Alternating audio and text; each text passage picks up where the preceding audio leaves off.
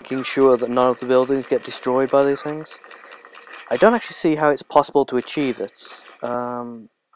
This building we've just come out of, I'm pretty sure gets destroyed as part of a scripted event. Damn it, drop the bomb. I think that's a pretty stupid idea as well, making it possible for the Striders to shoot the bomb out of your hands. Just adds an extra level of annoyance, if anything else. Yes, this building we've just exited, I'm pretty sure gets destroyed as part of a scripted event. As does the sawmill. More or less at the beginning of this sequence of attacks. I'm not entirely sure how you do that. I'm not sure if you just have to, you know what's happening, and be standing outside the relevant buildings, bomb in hand, the moment the Striders appear. It seems a bit cheap, really. But then again, I've never really been a big fan of... There we go, there's another one gone. But as I say, I've never been a big fan of the idea of achievements, to be quite honest with you. I do own an Xbox 360, which I know sounds bizarre coming from a, die-hard Apple fan, but yeah, I do. And I just don't like the idea of achievements. Just bugs the hell out of me. The fact that half of them are pretty inane, rewarding people for having their character successfully walk forward or jump a wall or something stupid. Feels too much like, an adult patting a slightly dim, shall we say, child on the head for managing not to choke to death on their own snot. But, yeah. So I just really don't like achievements. In fact, the rest of them seem to rely on forcing you to replay either the game as a whole or sections of said game in order to get them. I don't like it. If your game has no replay value other than getting minor rewards that you couldn't get without knowing exactly what was going to happen in each section of the game in advance, then that's just lazy design. It goes back to something the fellas on extra credit over the escapists were talking about. The Skinner box method of ensuring repetition of activity. Which actually, I quite enjoyed that episode. Reminded me of my own uni days, back when I was still graduating for psychology. Yeah, that scared you all, didn't it? Psychologist talking to you. Don't worry, I'm not going to ask any of you about your mothers. I'm sure you all hated them. Here we go. This is the one I was talking about earlier. Completely ignores us, just takes off at a dead run. Hey, 2 for 1. Not bad. Yes, that thing takes off at a dead run straight for the main building there. And I'm not sure if it's actually possible to stop it from blowing the thing up. I mean, as you can see there, I give it a try. But by the time I get there, it's already fired its retarded, crotch laser at it. And completely decimated the place. But yeah. Back into the car we go. I'm debating whether or not to add some silly little mood music, as it were. Just to keep you all entertained, because I'm sure you don't want to hear me talking about random shit and bitching. I mean, I know for some reason there are certain Let's Players that people enjoy doing that to. I mean, I have to admit, one of my guilty pleasures is watching Scottish Duck 17's channel, listening to him bitch and rage about all the games that kick his ass, but I don't know, I just don't think I've got enough vitriol and anger for that. I mean, don't get me wrong, over the years I've learned to develop some pretty creative cursing, as some of you have heard, in regards to the games that have pissed me off. In fact, I think once, when playing, what was it now? Actually, Spider-Man 2. Most gamers' favourite Spider-Man game. I think I once referred to a generic rocket pack guy as what was it, a leprous transvestite or something like that? So, what can I say, games bring out the poet in me, clearly. But those are rare moments, few and far between, and sadly none of them captured for your entertainment. One down.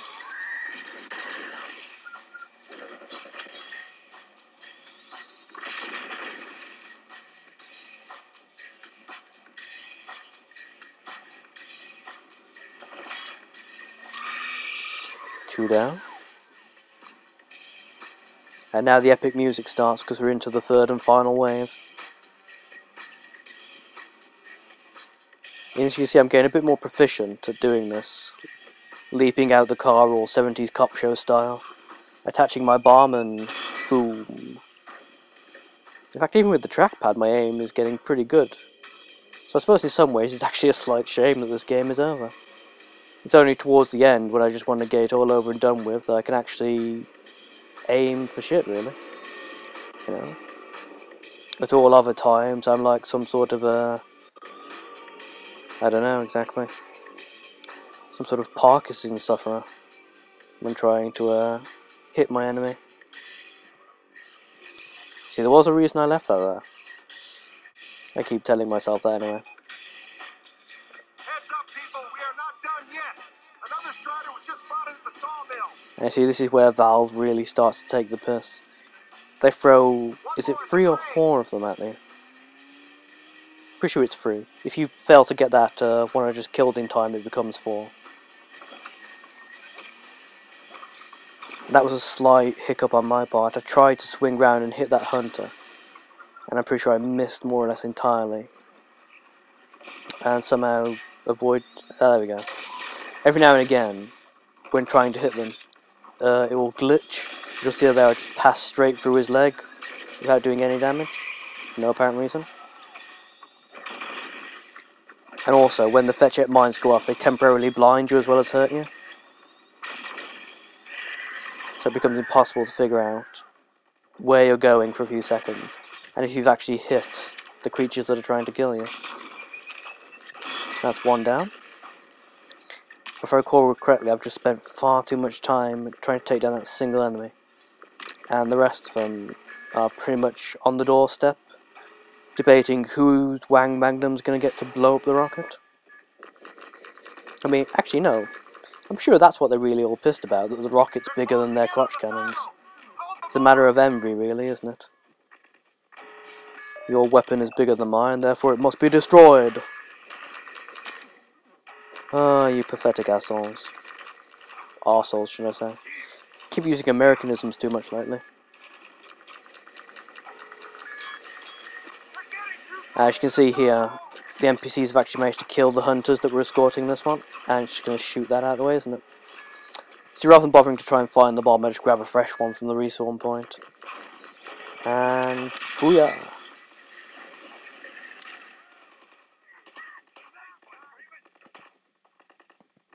And does that actually turn out to be...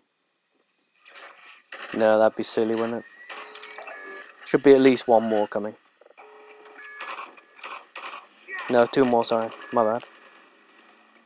Now, which one do I go after? Completely missed that hunter entirely, don't I? This time I attempted to turn round, it somehow... You see what I'm saying? If you don't hit them with at least something close to full speed, all you do is slightly injure them, and they back off for a few seconds and then, well, give you some sort of enema with their fetch-it mines. And for some reason this one hunter just eludes me for ages. I chase him round the environment for a good, got to have been a good minute by now, hasn't it? And every time I try to hit him, he dodges out the way until then. But thankfully, for some reason, he's the only one escorting both of these, so...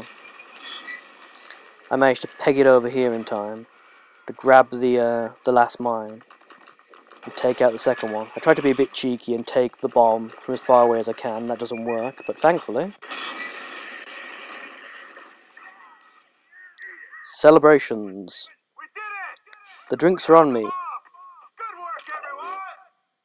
Well, I say the drinks are on me. I hope everyone likes cola. I don't drink, you see. The Striders have been defeated. All personnel return to base Well, after the weekend I've had so far, I might start. All personnel return to base immediately. Ooh, do the Gordon dance. Do the Gordon dance. Oh yeah. Woo. Gordon dance. I think the game starts to lag a bit here again for some bizarre reason. Yeah, there it goes. Well, at least this is all finally over. Yeah, that's right. I rule, bitches. Hail to the king, baby. Hail to the king. Yeah. Here's Miss Vet. Yes, I was, wasn't I? Bow chicka bow wow. Loading screen again. Did I forget to cut this out, or did I leave this in on purpose for some reason? Stages. The portal's close to open, but Dr. Magnuson sure will be in time to stop it. Bit of lag again going on here. Just trying to do too many things at once. Just some creepy guy hanging out there. He's like, I sniff trampolines. Do you now? That's disturbing. Well, I see the Magnuson device performed flawlessly. I feel compelled to thank you personally for saving my rocket. So, thank you. Oh, how sweet. I don't know about you folks, but I think I'm tearing up here. Wow. For a minute there, I thought you were going to get a hug. I know, me too. Let's go to the control room. We can get a great view of the launch. Alright, the launch.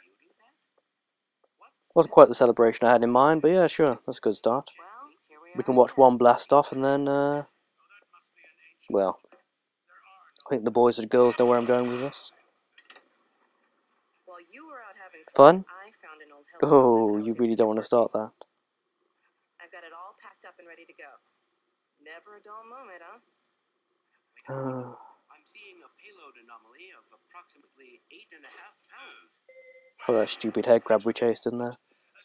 I suppose blasting the thing off into space is, well, not really space, is it? Blasting it into the middle of a massive vortex of interdimensional energy is almost as satisfying as shooting it with my shotgun. Yes, well, I think perhaps Gordon had something to do with their success. Recognize, biatch. In fact, I'm so awesome, I'm just going to stand on top of this table for the rest of this meeting. Damn right I should. You'll hear no objection from me. Let's push the button. It's all yours, Gordon. Here we go.